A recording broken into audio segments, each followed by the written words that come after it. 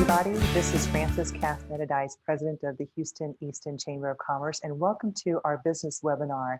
We're very honored to have Juan Rojas, who is the Digital Marketing and Sales Consultant for Houston Press's VDigital Services. Hi, Juan. How are you? Hello. Good morning, everybody. I'm so excited. We're going to be talking about best practices of communications with customers in the post-COVID era. And it's such an important discussion he's going to have, and he's going to explain how we're going to break this up into 3 different sections. But first, I want you to meet Juan. I just found out some amazing things about him. He actually has ties to the East End. Juan, can you tell us about when you came to the East End and your family? Yeah, so I grew up in South America in Uruguay, and I moved to Texas about, it's been almost 30 years at this point. And I moved here because my father's a minister, and he got a church over on Avenue Q, the Central Park Church of God, on Avenue Q in Macario Garcia, and that was our church. And so ever since we moved to the Houston area, the East End has been my area ever since. It's no longer the same church; it's a different church. It's still there; the building is there, and it's a different church. But that's where we were, and ever since I've had a deep connection to this area. I've lived here for many years, and love the neighborhood and the culture and everything about this place. And this is where I want to live, I think, forever. So I love that story. And now you have your own home here in the East End. So we're glad that you never left. Right. Yeah. Love it here. Good. Well, we're going to go ahead and get started with the program, and we'll give you access to this. But everyone is in for. Make sure that you have your pen and paper out. And in the chat room is Juan's information, his email address, his phone number, so that you can get a hold of him. Take it away, Juan. All right. Thank you, Francis. So again, my name is Juan Rojas, and I'm with VDigital Services in Houston Press. So just to kind of give you guys an understanding of what my role is, the company that I work for is Voice Media Group. It's a national media company. And Voice Media Group owns several publications in different markets throughout the country: Houston, Denver, Dallas, Phoenix, Miami. And we also have partners throughout the country in other cities. So here in Houston, I'm the sales director for the Houston Press, but also for VDigital Services Houston. So with the Houston Press, that's the HoustonPress.com publication, where you can find information about dining and news and all kinds of stuff. And on the VDigital Services side, that's where we can help with things like SEO and social media management and Facebook ads, Google ads, all that kind of stuff. So there's 2 different sides of it. Today we're going to be mostly talking about talking about the VDigital Services side. And this is going to be the first in a 3-part series. So what we're going to be talking about is some information that we've found about how to communicate correctly with people in this new era that we're in, and 3 different ways that you can use that information in your marketing today. So these are tips that you can use right now if you wanted to. So we're going to start with talking a little bit about just the way that people are thinking these days, right? So obviously we're in a new world. We're going to be you need to shift the way that you think about how people are seeing the world. And we just start with this stat here. The 84% of U.S. consumers surveyed say that how companies or brands act now is important to their loyalty in the future. And so the way that your messaging works today is going to affect the way that people think about you next year and the year after. And I can tell you that this is true for me. Just as an example, I have a 4-year-old, and at the beginning of all this, we took her out of school. The school closed down. It's a private school, and what was good about it is that the administration was very upfront and direct, communicative with us about what was going on, what they were doing, what they requested from us, what they asked us to do, and what they were okay with us not doing, right? And that communication, that direct communication to us as the parents, was really important. And I can tell you that it has instilled a loyalty in me for their school, right? And so that's an example of what we're talking about here, is that the way that you do things, you can do things the wrong way and it can cause you problems. But if you do it the right way, it's going to set up loyalty for years to come. So again, we're going to be talking today about Google My Business. Now we have two other installments of this series that we're going to do involving chat AI and email marketing. But today we're going to be talking about mainly Google My Business, but in the context of these 5 shifted behaviors. So Google has identified 5 behaviors that have changed based on the search data that they have access to, of course, right? So everybody knows Google kind of knows everything about the world based on the search data that's out there. And so they're able to see that the ways that people are thinking about certain things have shifted quite a bit. These include collecting information. So there's just information affecting everyday life. This is not, of course, not just in Houston, this is nationwide. So you can imagine as the different parts of the country are having different issues, things are changing in different areas. People need to find out how they can get along with their days every day. Finding new connections, finding ways around physical boundaries. We know that, a lot of people are still quarantining very religiously. Some people are out and about. There's lots of different things going on. So everybody's going to want to understand how they can get out to the physical world. Adjusting daily routines, staying efficient in this new reality, understanding how they're going to be able to get from point A to point B without causing themselves too much trouble based on what's going on.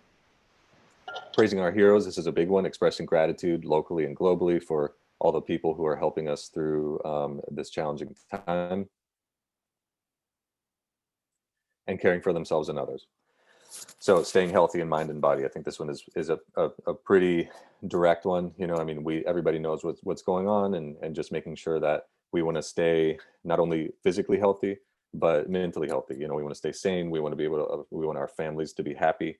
And there's a lot of obstacles in the way. So people are searching for this information. So these are the 5 things that Google has identified as the areas that people have really shifted their mentality right now. And as marketers, as business owners, we can use this information to reach out to our customers with this in mind and give them that experience that I was talking about before, where the experience that you give them now is going to set up that loyalty for years to come. That could be later this year, it could be next year, it could be in 5 years, but people will remember these things. So these are gateways, kind of the way to think about this. This is a gateway into someone's mind. It's a way of thinking about, okay, well, we can kind of read people's minds based on this information that Google has given us. So we need to make sure that we fall in line with what our customers are doing, what consumers out there are looking for. And we want to make sure that we do that with all of our messaging, messaging to our current customers, messaging to prospective customers, to past customers, whatever it may be.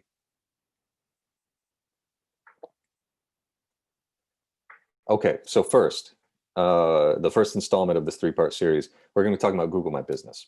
So Google My Business, if you're not sure what this is, I think probably most of you are, but Google My Business is the map listings on Google. So if you guys do a search for a business, a restaurant or a retail store or whatever that you're looking for, and you see the 3 locations that come up in that Google search, those are the Google My Business listings for each one of those businesses. So Google My Business is an extremely powerful tool for business owners. One way to use it here, not every business has a robust social presence. They don't have a big database. Some do, and even this is important even for them. But for small, medium-sized businesses, sometimes this isn't. It's hard because you don't have that big presence. You don't have a big database of leads or customers. Or your budget is not there for you to be able to do like a really strong digital campaign. But you can use simple digital platforms, and Google My Business is one of the most powerful ones. Absolutely, Google My Business. I always say to people, if you're not doing anything digitally, and there are businesses out there who are not fully into the digital space. If you're not doing anything else, you should be paying attention to Google My Business. It's extremely important. it is the first time that many people will see you, and it's just a crucial space to be in. So now, again, just to kind of repeat, like what the point of Google My Business is for people to find you when they're searching for what you do. So if you're a tax office, let's just say, if somebody is searching for a tax office, those 3 locations that come up in the Google search are going to be more than likely the businesses that are going to get the locations that are going to get that business. So we want to make sure that you're setting up your Google My Business properly so that you can attract that business when people are searching for what you do. Now, what can we control on Google My Business? We can't control the whole thing, right? Google makes it really easy for you to gain access to this listing, to set it up properly, to add things, to have information in there that's going to help Google to place you properly. But at the same time, there are some things that Google keeps close to their chest. So we want to think about what can you control? And this is stuff that you guys can take home today. You can go into your Google My Business and you can set this up if you haven't yet. So you can control the NAP information. And so NAP is name, address, and phone number. This is obviously pretty straightforward. You know, you want to put in the correct name, the correct address, and the correct phone number. Keep in mind that the name needs to be the actual name of your business. And it's very common to see that the name on Google My Business has extra stuff on it. And that is not best practices. You want to make sure that it's the actual name of the business that's on the sign out front.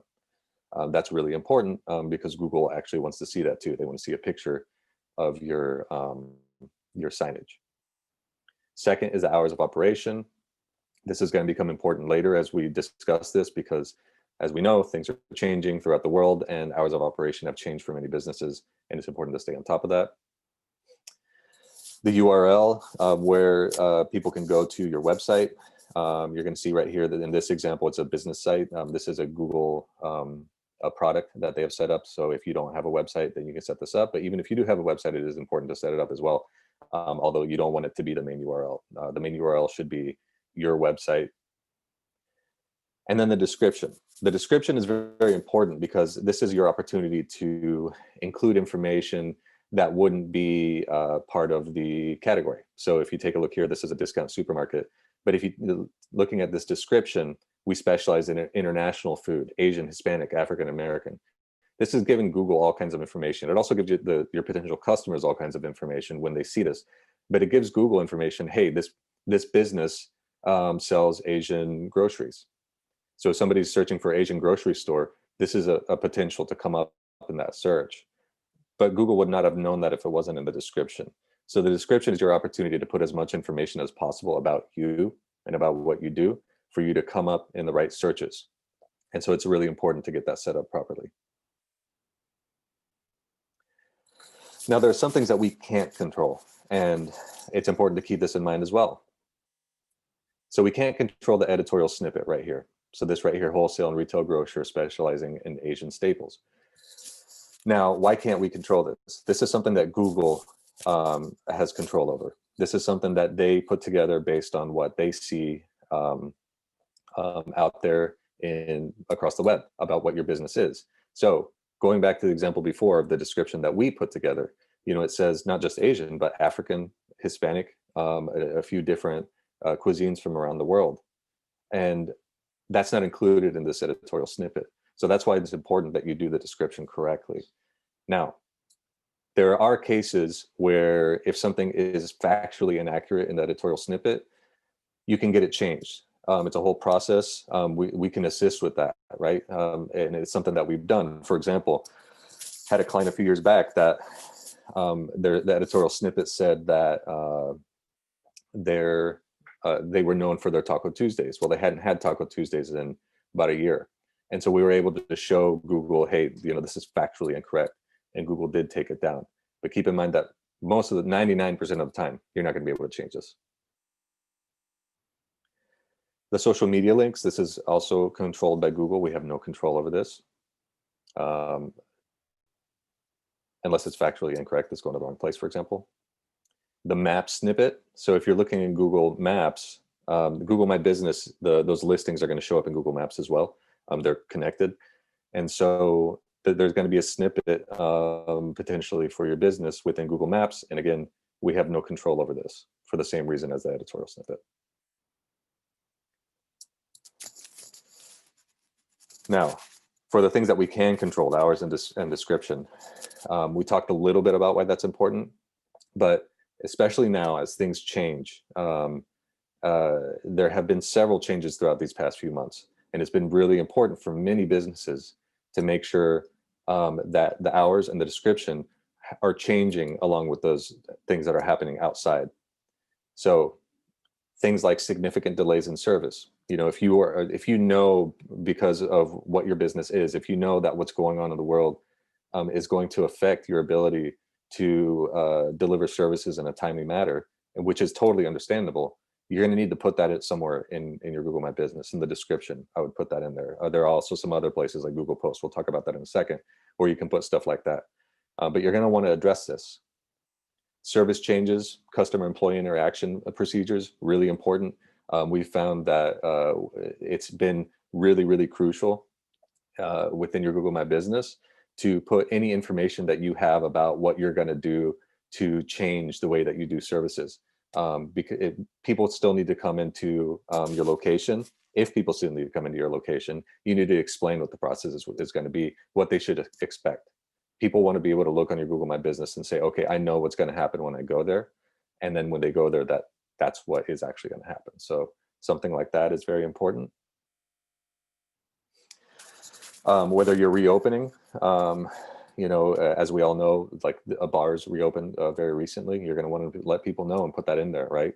But some didn't reopen. So you're going to want to also notate that if that's the case. Or as services continue to expand, for example, a couple months ago when restaurants started offering dining in store, right? Like that's something that you're going to want to address because not all restaurants did that. So again, helping your customers understand, well, what's going on? What should I expect before I go to this place? And then really just anything else. And, of course, you guys know your businesses, you know what the changes are. And it's important that you use the Google My Business platform to let your customers know what those changes are as well. And just a quick note, if you have a verified listing with the disclaimer regarding your business hours, that'll be removed once you update your hours, just FYI. But it's just important. You want to make sure that those hours are correct as things change. If you're back to normal and your hours are what they are, then great. Just make sure that that's reflected. Okay, another way to let not only Google know, but your customers know about what's going on with your business is Google My Business posting. So there are several different types of posts that you can do. And they all have different functions, different purposes. These are extremely powerful tools because, again, they let people know what's going on with your business, but they also let Google know what's going on with your business. So if Google understands that you are offering, let's just say, contactless service, if Google knows that and somebody is looking for contactless, whatever it is that you do, then Google will see that you do that. And that's a good fit. That's a relevant result for what this person is searching. And Google, the posts are a really, really good way of getting this information to your customers and to Google so they understand, so that they can get you more customers. So you can display on here operational changes. If you're offering for restaurants, for example, if you're offering delivery or to-go orders, if you're retail, curbside pickup or service, anything like that, you can put that in your Google Posts to let people know and let Google know. Temporary closures, if you have anything that's going to be causing you to close, it's really important to let people know about this. Any health and safety precautions your business is taking, huge right now, of course. People, again, want to know what to expect, and this is the place to let them know. And then inventory updates for high demand products. These are examples of things that you can do. Of course, your situation could be different. You have other things that you need to talk about, but this is an excellent platform and it doesn't cost anything. That's the other thing. Like, you guys can go and do this today on your Google My Business if you like. and then information regarding payments, future reservations, refunds, etc. So again, you know, if there's some kind of delay and you want to be able to tell people, hey, you know, if this is going to take too long for you, then these are your options. This is a great place to let them know. Again, it's all about that communication and that customer experience. If that customer has a good experience with you over, you know, these times where things are a little bit different, then when things get back to normal next year or the year in the following years, they're going to remember that. And it's really, really important for them to have that experience now. And this is an excellent way to help that to happen. Okay, so moving on to the GMB app. So the GMB app is something that Google has set up that makes it really easy for business owners to interact with customers over with their Google My Business. Now, it seems, you know, intuitive, but many business owners don't use it. And I would encourage every business owner who has a GMB listing to make sure that they have this and that they're using it and engaging with it. Now, the best way to directly respond to customer inquiries via Google My Business is the app. And this is why it's so important, because you can speak directly to your customers using this platform.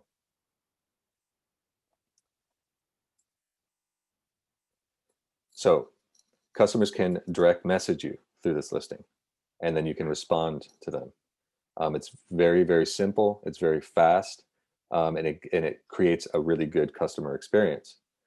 So in addition to that, though, which is huge in and of itself, right? People want to be able to talk to you. You want to be able to talk to them back and get information flowing back and forth and a good customer experience happening.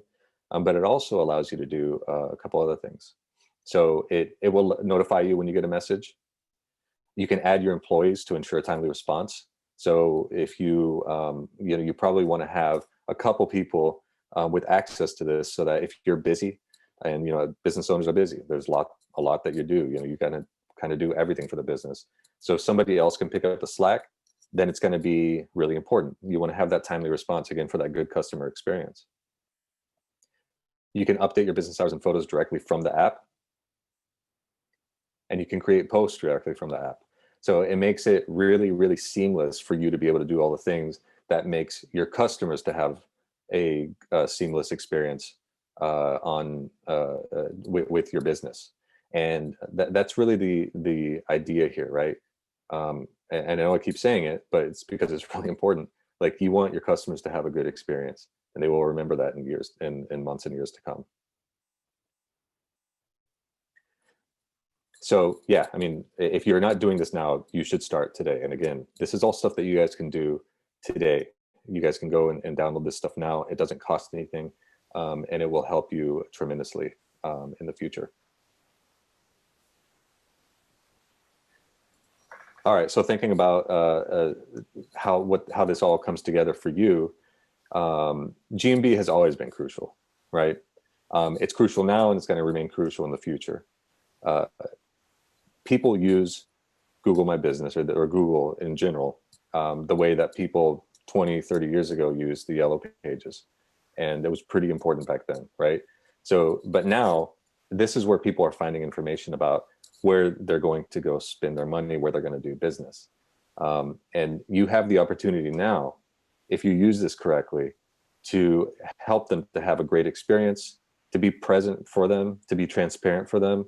That builds loyalty with those customers in the future. And again, I know I said it before, but I'm going to say it again. We're talking about loyalty, not just now, but a few months from now, this holiday season, next year, the year after. What you're doing now is going to make a big difference to many, many people.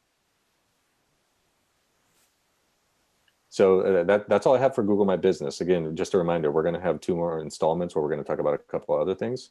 But for Google My Business, I wanted to start there. It's the most crucial piece it's the foundation of almost everything else for many, many businesses. So if anybody has any questions. Thank you, Juan. Thank you, I do have a couple of questions from the audience, and I just have one too. That was very, very informative. Google is everywhere, and we've got to use it properly because it's not going away. It's just going to get bigger and better. And if we stay along with it, we'll grow our business that way. But a lot of people think that Facebook Messenger, because they have their hours and do that. What is the difference between the two, or should you activate both of them equally?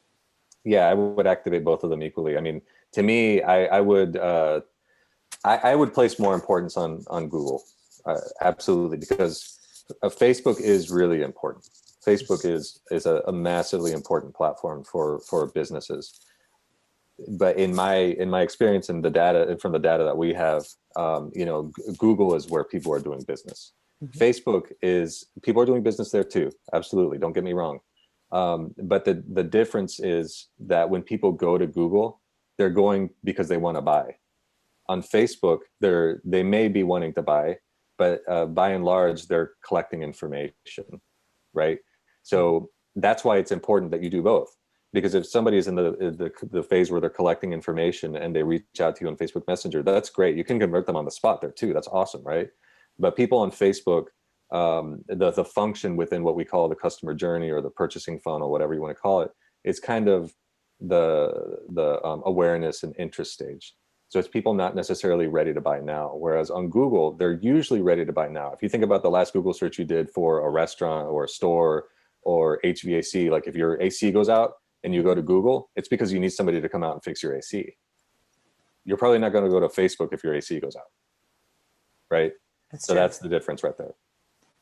And I didn't even know that there was an app, this Google My Business app. So I'm going to look for that for our chamber as well. And I encourage everyone else out there to make sure that your business has this.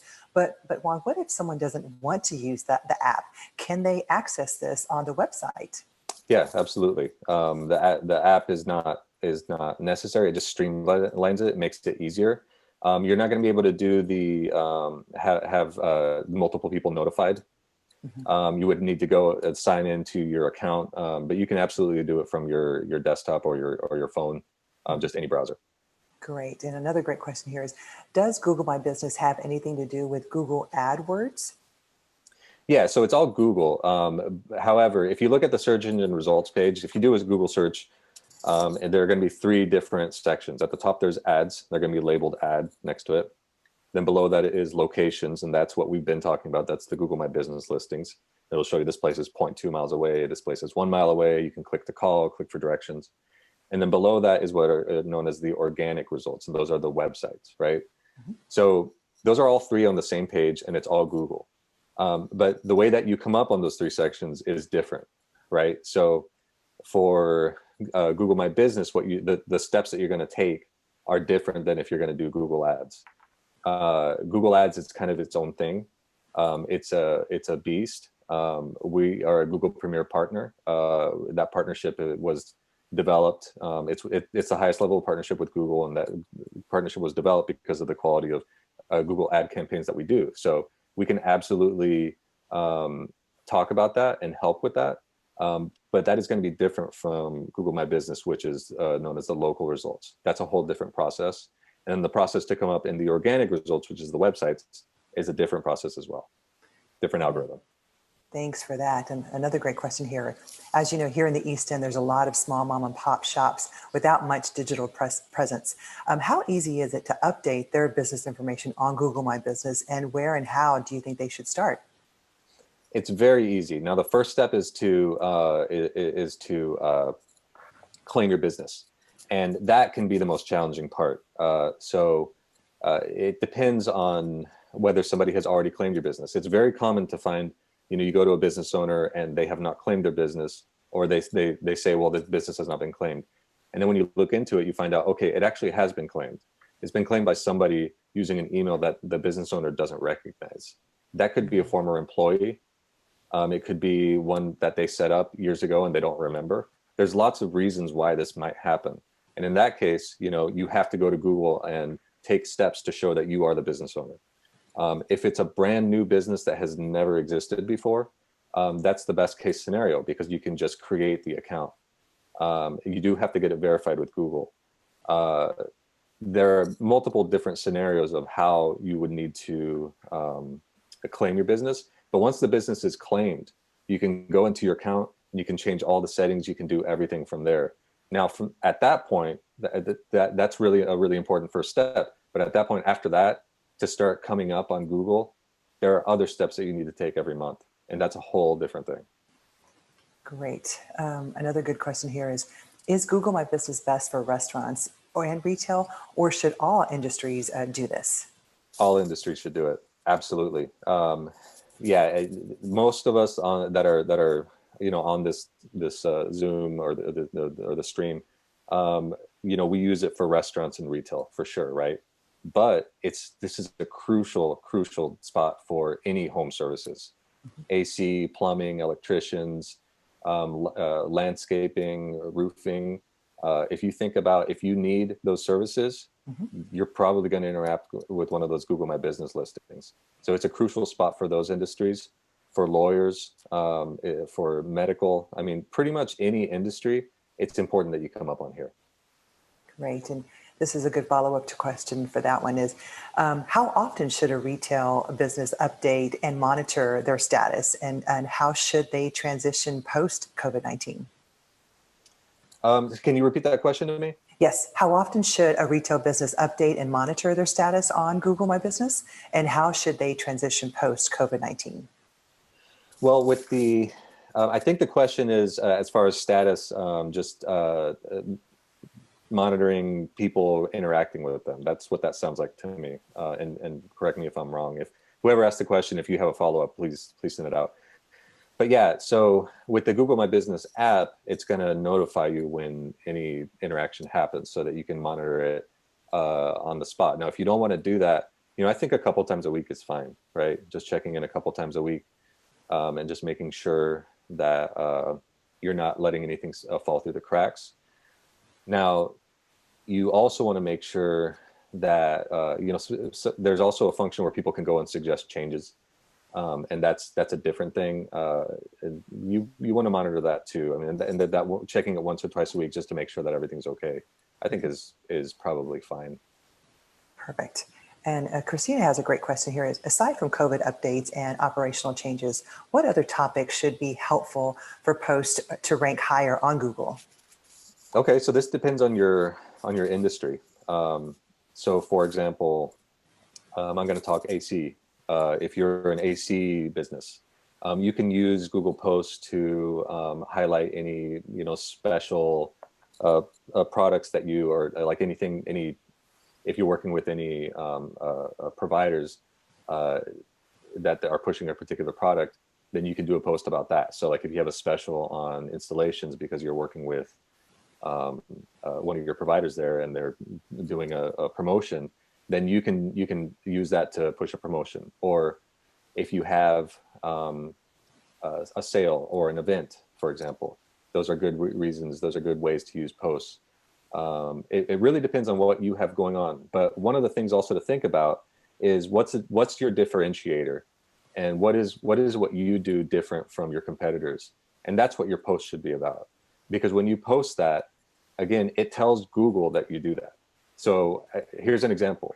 Let's say you're a coffee shop. Now there's a big oat milk kind of a fad right now, right? People want oat milk, they love it.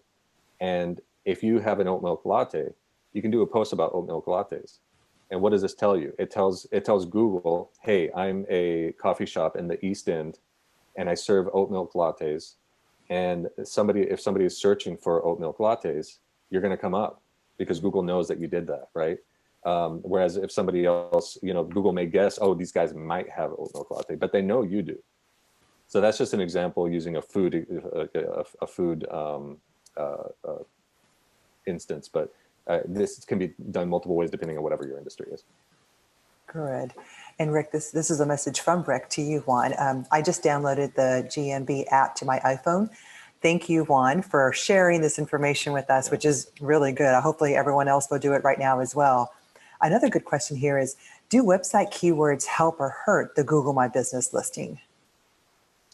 So the keywords on your website, I'm guessing these are the words that you're working on as you do your SEO for your website itself. Yes. So yeah, that's a great question because, I mentioned before that, it's three different sections. There's the ads, there's the locations, and then there's the websites, and they are separate.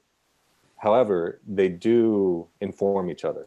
So if your website is set up properly with good SEO, good metadata, everything is set up the way that it should be on your website, that helps your Google My Business to come up more often. So if you have a good keyword strategy with your website, it's going to help your Google My Business location to come up. Now, with that, with the caveat here that Google My Business is about categories. Websites coming up on Google searches are about keywords. A keyword would be is pretty much infinite, right? A category is very specific. And again, I'm going to use the food example just because it's easy to conceptualize for everybody, right? But a category is Mexican restaurant. That's a type of business. And those are finite. Google only says it has a list and says you have to be one of these, right? But keywords are infinite. Keywords can be, fajitas. It can be margaritas. It can be any kind of dish that you want, any kind of Mexican food that you serve. Those are keywords. The category is very specific.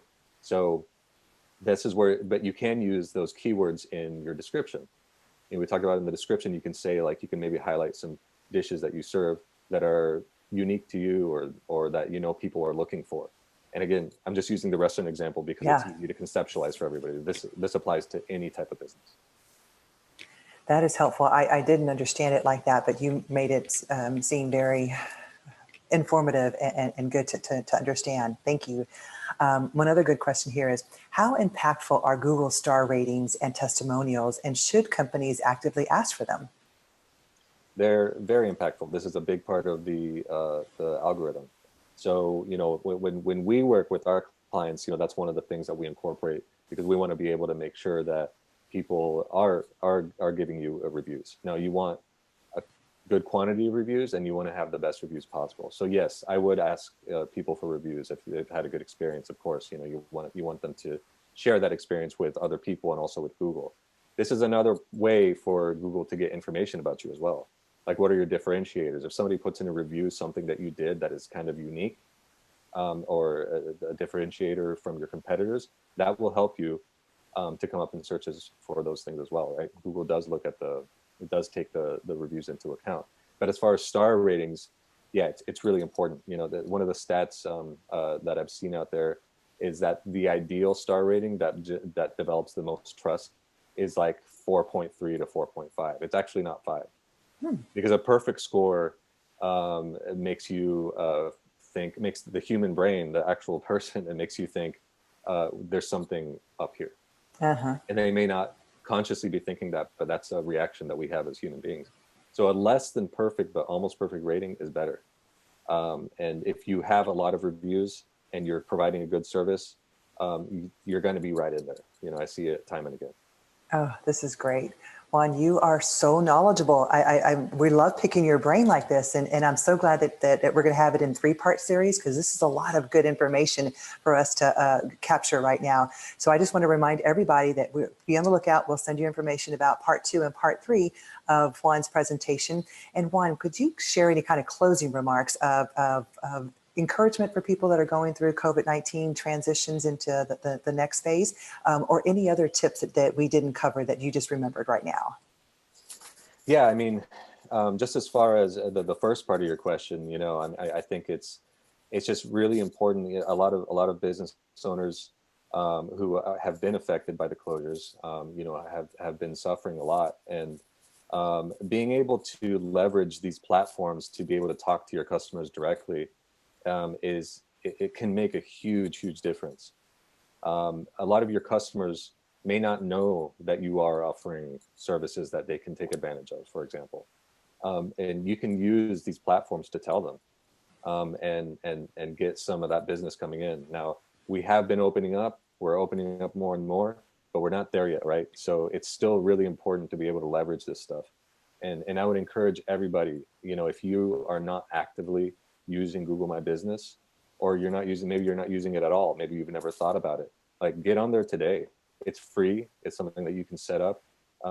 It might be challenging to get it started. Google tries to make it as easy as possible, but things come up. If you have problems, feel free to reach out to me. I can help you. But I would encourage everybody to use these services that Google has provided to everybody. And if you have a customer at a restaurant and notice that they're not up to speed on theirs, maybe we should help them or encourage them to do that and share the information with them. So that's another thing that we promise to do.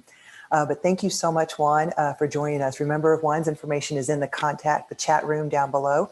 Keep in contact with him.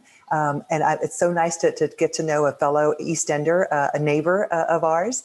Thanks for all that you're doing to help us during small business, help them grow. And we'll look forward to seeing everyone the next time. Yeah, thank you guys. And thank you. The Chamber does great work, and I appreciate you guys having me on. Thank you so much, Juan. Have a wonderful day. Have a great day, guys. All right. Bye-bye, everybody. Bye.